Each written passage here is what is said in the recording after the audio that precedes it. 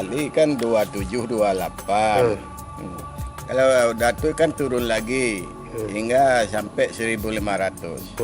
Sekarang nggak turun lagi, nggak mau beli lagi. Ya.